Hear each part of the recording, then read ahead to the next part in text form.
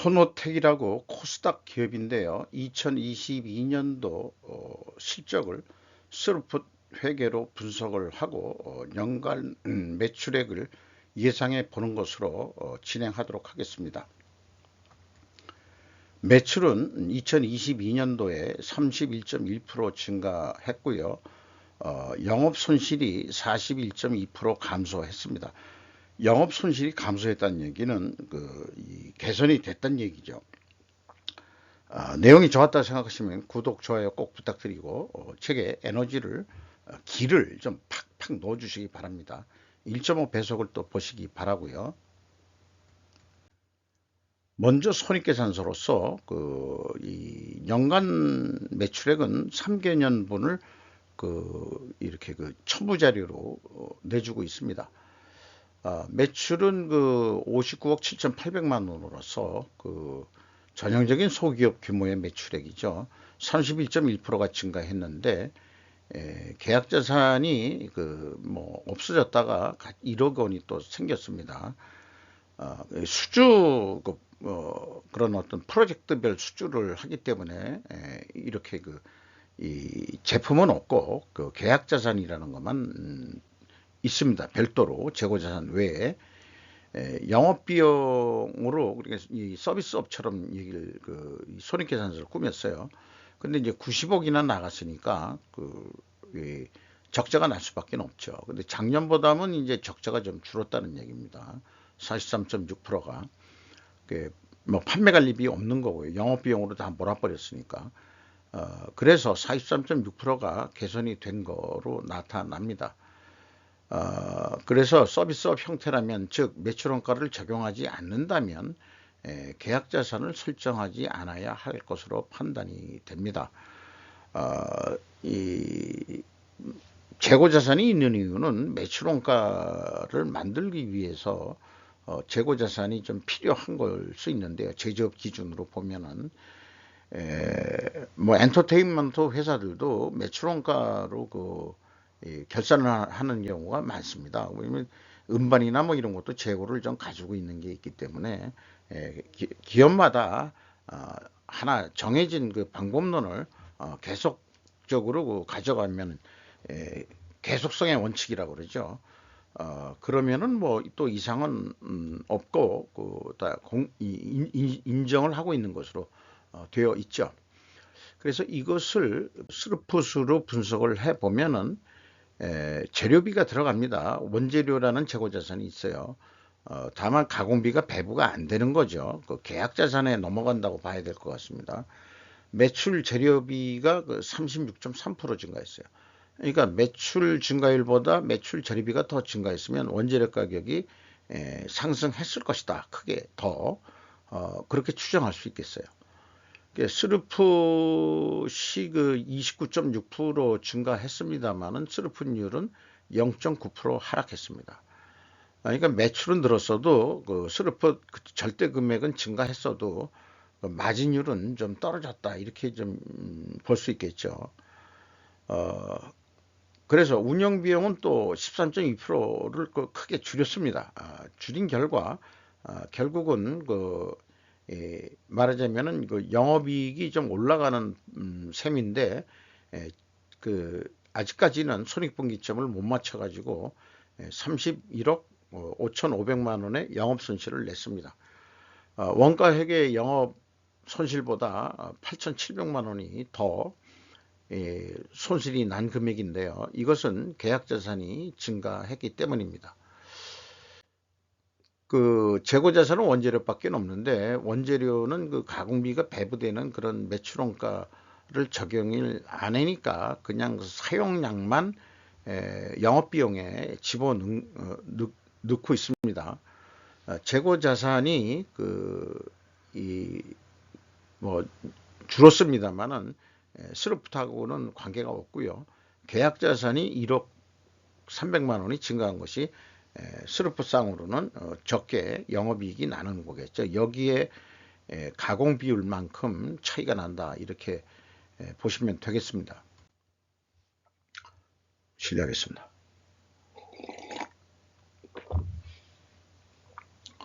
비용의 성격적 분류라는 것은 원래 이런 이 주석 제목은 없는데 영업비용 내역은 있습니다. 요거를 이 틀에 맞춰서 작성해 본 건데 원재료 사용액이 13억 3,500만 원 있고요. 그 다음에 운영비용이 77억 원 나갔습니다. 그래가지고 13.2%를 감소시켰다. 이런 얘기가 되겠습니다. 그리고 여기에서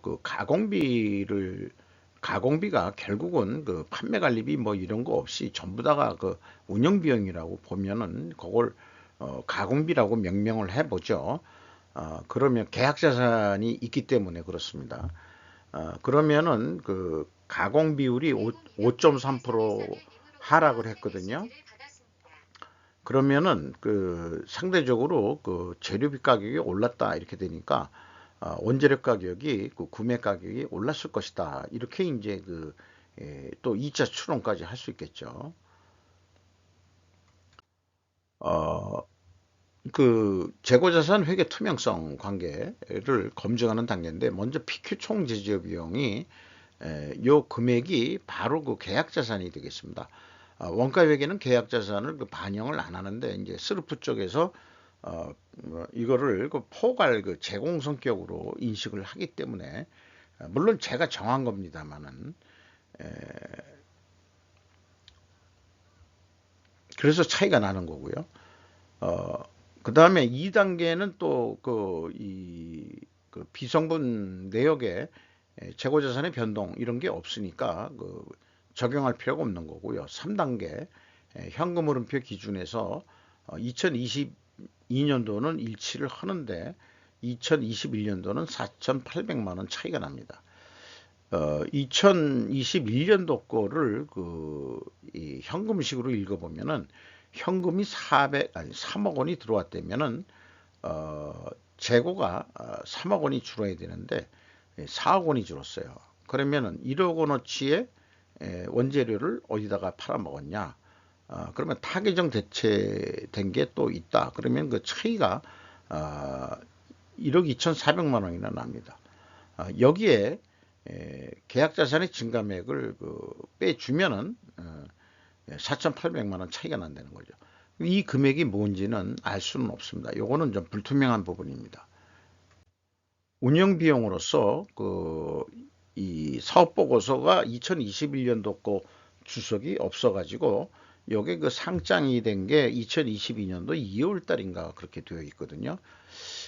어쨌든 파악할 수 있는 이 개년분만 주석 내용이 있어가지고 한 건데 작년 2021년도에 22억 6,800만 원 나간 게 거의 뭐 13억 원 정도로 팍 떨어졌습니다. 그리고 또 직원 수는 현재 2022년 말 65명으로 되어 있는데 이것을 평균 임금으로 나면 2천만. 이렇게 2천만 원을 받고서 이 직장을 다닐 수 있겠냐? 도대체 무슨 물건을 만들고 또 뭘 한 회사지? 이런 생각을 또 해보게 되는 거죠. 근데 외주 용역비는 또 뭐 200%나 크게 증가를 했어요. 뭐 전체 비용은 내려갔더라도 이럴 경우에 가끔 외주 용역비라는 게 이제 대부분 인건비 성격이기 때문에 직원들이 작년에 비례해서 본다 그러면은 분명히 지금보다는 이 인원이 많았을 거예요. 그러면은 도저히 뭐 우리가 4대 보험 줘가면서 당신네들 정직원으로 쓰기가 어렵다. 그러니까 독립식으로 해서 우리한테 물량을 좀 받아가라. 그래서 나간 직원들이 외주 용역, 그러니까 생산직이겠죠, 생산직. 생산직을 내보내서 그러니까 옛날 말로는 소사장제 뭐 이런 식으로 해서 어, 우리는 그냥 계약 단가로 해서 그냥 세액연수만 당신한테 띄고 일하는 사람들 월급은 당신이 알아서 또 해. 뭐 이런 식으로 이제 옛날에 소사장제가 유행을 한 적이 있었죠. 요즘은 뭐 어떤 사람이라도 대기업에서 그렇게 하청식으로는 일을 안 하려고 할 겁니다. 그 미래 안정을 위해서. 근데 이제 소기업 같은 경우 현실은 옛날이나 지금이나 요 지금 그 비용을 비교를 해봤을 때는 지구 인건비가 그렇게 반 정도 가까이 내려가면서 그 외주 영역비는 200%나 증가했다 그러면은 아무래도 좀 그 직원들이 나가서 일을 하는 거 아니겠느냐. 이제 퇴사를 하고 퇴사 처리를 하고 자영업자로서 독립해서 회사한테 물량을 받아가지고 장사하는 것 같다. 이런 느낌이 듭니다. 자, 그러니까 요거는 계약자산 회전율인데요. 그 20.94회전으로 그 상승했습니다. 그리고 스루픈율은 약간 떨어졌죠. 이렇게 역방향이면은 분식회계 개연성 가정을 하는데 이걸 반증을 하려 그러면은 우리는 그런 회사가 아닙니다라고 재료비 가격이 하락됐어야 된다. 또는 판매 가격에 대비 상대적으로 상승했으면 때든가 뭐 이런 거죠. 그리고 또 수주 판매 가격은 하락으로 입증해야 된다. 이런 반증 추론을 세워볼 수 있겠습니다. 유용자산 회전율도 꽤 그 상승을 했어요. 불필요한 자산들이 많이 줄어든 거로 또 되어 있습니다. 그리고 총 자산 회전율이 1.13이니까 어떤 그 유형 자산 뭐 이런 것들이 크게 줄었다는 거로 보여지는데 아마 그 설비까지도 이게 내보낸 것 같습니다. 지금 봐서는. 그러면은 이 퇴직하는 직원이 그 많은 그 어떤 그 작업하는 설비 작업들을 낼 돈이 없으니까 아마 어디서 돈을 빌려 가지고 인수를 해서 하고 있는지도 모르죠. 원재료 가격 추이 및 제품 가격 추이 반증 입증 자료로 원재료 가격의 상대적 하락은 입증이 된다. 요 3.2%가 상승했는데 제품 판매 가격은 35.8%가 크게 상승을 했거든요. 그러니까 이거에 비해서는 상대적으로 내려갔다는 거는 입증이 되는데 수주 판매 가격 하락은 내려갔다고 봤잖아요. 그렇게 되는데 그거는 입증 실패가 됩니다. 그러니까 이게 이 분식회계 개연성이 없다고 얘기할 수 없다. 그런 얘기죠. 회사는 매출 구조에서 큰 비중을 차지하는 제품 매출, 용역 매출은 주로 프로젝트별로 계약 금액이 상이하므로 가격 변동 추이 연관성이 낮다고 회사는 설명을 하고는 있습니다. 그러니까 이제 어떤 그 모델로서는 이렇게 하나가 올라갔는데 모탈 브릿지 컴뱃 아레나라는 게 뭔지 모르겠는데요. 스탠다드 에디션. 그리고 저기 원재료는 모션 캡처 시스템 카메라, 그 다음에 뭐 PC 카메라 PC 이런 게 있고 또 이 파이맥스라는 게 있고 구체적으로 어떤 물건인지 저는 좀 알기가 어렵네요. 그래서 지금 설명하는데 조금 인식을 또 확실히 하기 위해서 충분 조건 논리로 설명을 하면은 만약 못하면 어떻게 한다면 그렇다면은 어떻게 된다 이런 얘기거든요. 계약자산 회전율 상승과 스루픈율 하락 역방향이면은 분식회계 개연성 가정을 세운다. 이를 반증하려면은 원재료 가격 상이 상대적으로 하락해야 되고 판매 가격이 하락하는 것을 입증할 수 있기 때문이다. 이렇게 설명을 하는데 그 입증을 하려니까 실패했죠. 반은. 그래서 입증을 위해 필히 존재할 다른 결과를 해야 되는데 자, 제품 가격도 프로젝트별로 하니까 그게 대표성이 없을 거다. 연관성이 없을 거다. 이렇게 얘기하니까 결론은 남는 건 그거예요. 기간에 걸쳐 수익을 인식하는 계약 자산의 평가가 재점검되어야 되지 않을까. 그렇게 또 생각을 해봅니다. 좀 어렵네요. 규모가 작아도 이렇게 논리적으로 좀 풀어갈라 보다 보니까 쉽지만은 않네요.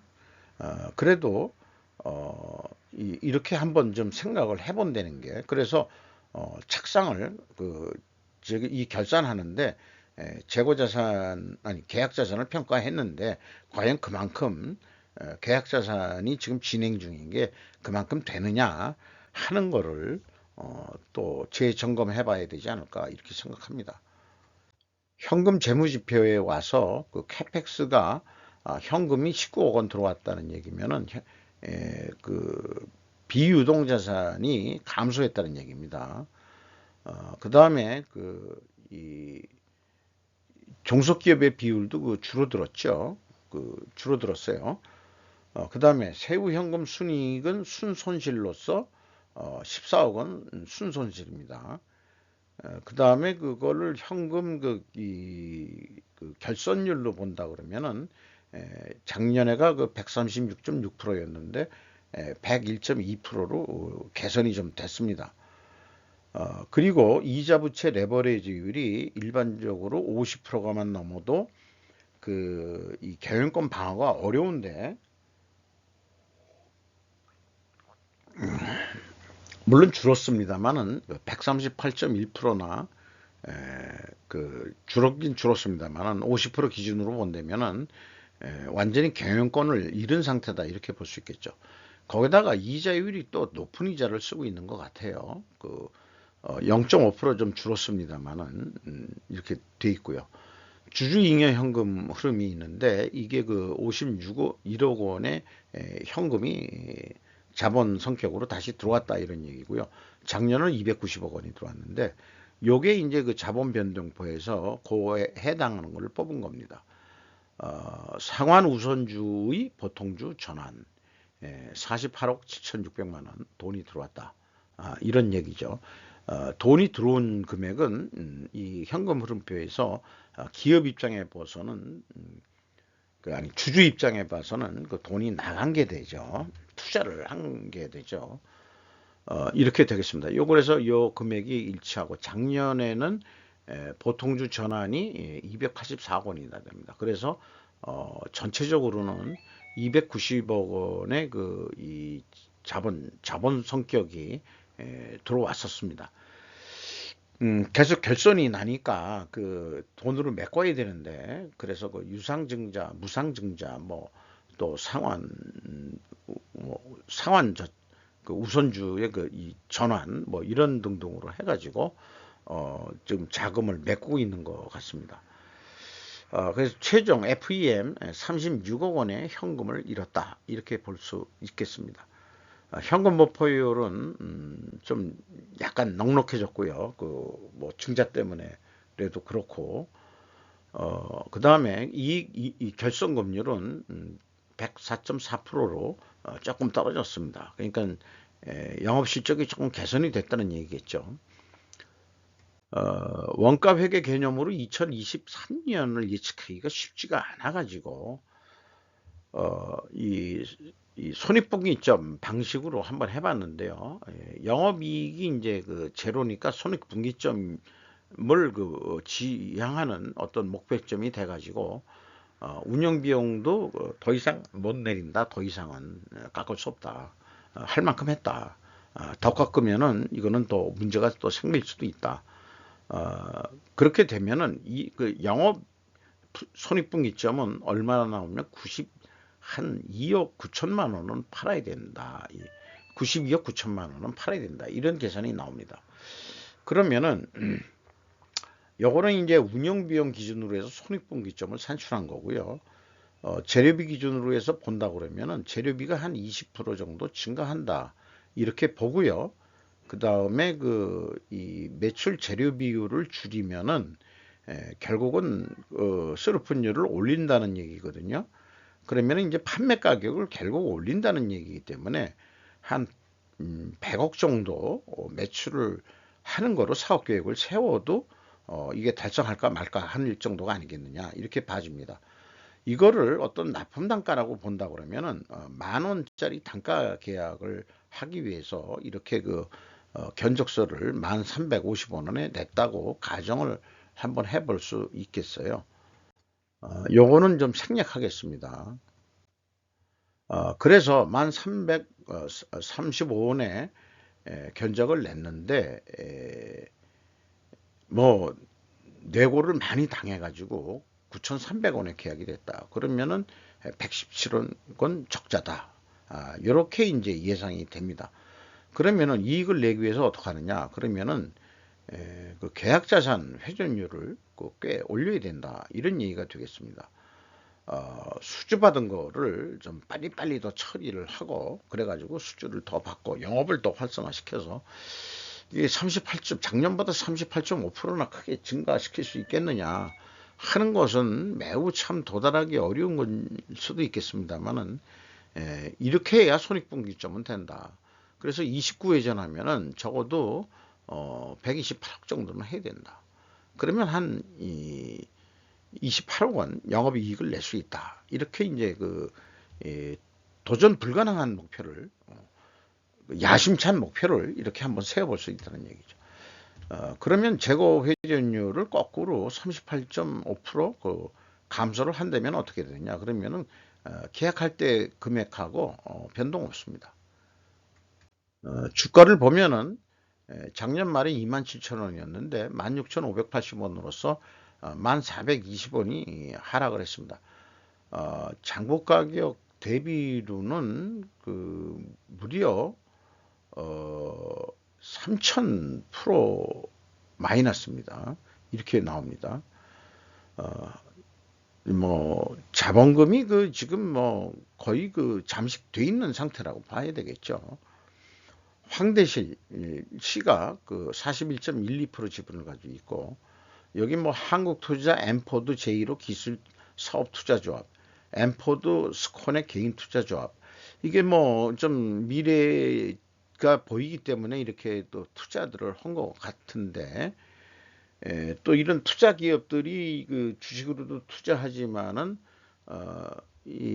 말하자면은 이제 여기 한국산업은행 벤처기술금융실 같은 경우에는 또 대출도 해줄 수 있고 뭐 그런 거라고 봅니다만은 이런 투자자들이 굳건하니까 경영권 지금 현재 부채 비율이 130 몇 프로로 되어 있음에도 불구하고 계속 영업을 할 수 있는 그런 상황인 것 같습니다. 그런데 제가 알기로는 4연속 적자 연속이면은 상장이 폐지 검토의 대상이 된다. 리스트에 올라간다 하는 얘기를 주식하시는 분들한테 얘기를 들은 바가 있습니다.